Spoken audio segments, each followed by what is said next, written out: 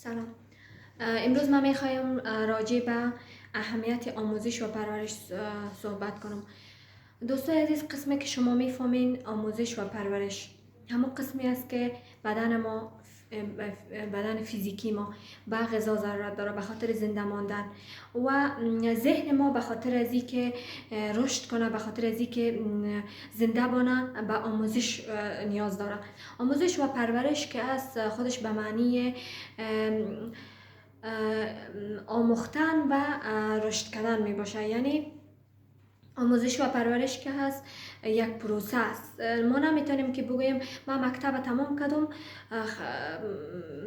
من نیاز ندارم که دیگه آموزش ببینم. یعنی من کلمه فارغ شدن در واقعیت اشتباه است که من از مکتب فارغ شدم یا من از دانشگاه فارغ شدم، به خاطر از اینکه زندگی ما قسم که جریان داره، روز و شب میشه یا شب و روز میشه.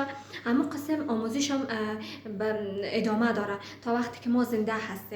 و به این خاطر من اهمیت آموزش پرورش میگم، در مخصوصا برای دخترایی که ما دخترها که برای فعلا نمیتونیم که آموزش ببینیم.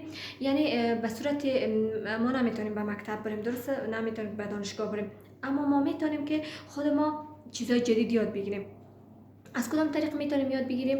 از طریق مثلا از طریق شبکه‌های اجتماعی میتونیم یاد بگیریم، چیزهای مثبت یاد بگیریم. و چیزی که در آموزش و پرورش بسیار مهم است، یک چیزی است به نام رشد یا گروث. یعنی رشد کردن، یعنی رشد به معنی تغییر می باشه. تغییر کردن به این معنی است که من او بختاوره که 4 سال قبل بودم، وقتی که من با دانشگاه رفتم، دانشگاه خواندم، تمام شد، من او بختاور سابق نیستم. من کاملا یک انسان متفاوت شدم. و این از لحاظ فیزیکی ما متفاوت نشدیم که مثلا چاق شده باشم یا لاغر شده باشم، بلکه من از لحاظ ذهنی من یک آدم متفاوت شدم کاملا. و وقتی که ما کلمه رشد از تعلیم و تربیت یا آموزش و پرورش حذف میکنیم، این به این معنی است که کاملا آموزش و پرورش بی معنی میشه.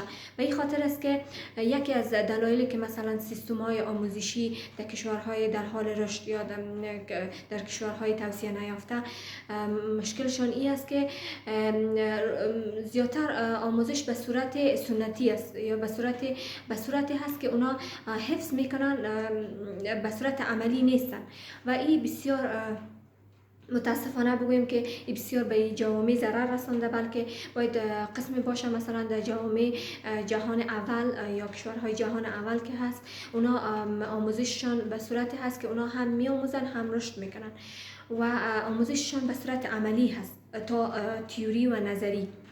به این خاطر ما میخوایم برتان بگویم، مخصوصا بر دخترای که در افغانستان است، بسیار ناامید است. ناامید نباشین، به خاطر از اینکه ما همیاله میتونیم که با خود درس بخوانیم. مثلا من خودم شخصا با خود بعد از اینکه دانشگاه ها بسته شد، من امرای خود درس میخوانم و بسیار تونستم از یک نتیجه مثبت بگیرم که بعدا در ویدیوهای بعدی میخوایم این برتان شریک بسازم. تشکر از اینکه سخنهای مرا گوش کردین. خدا حافظ.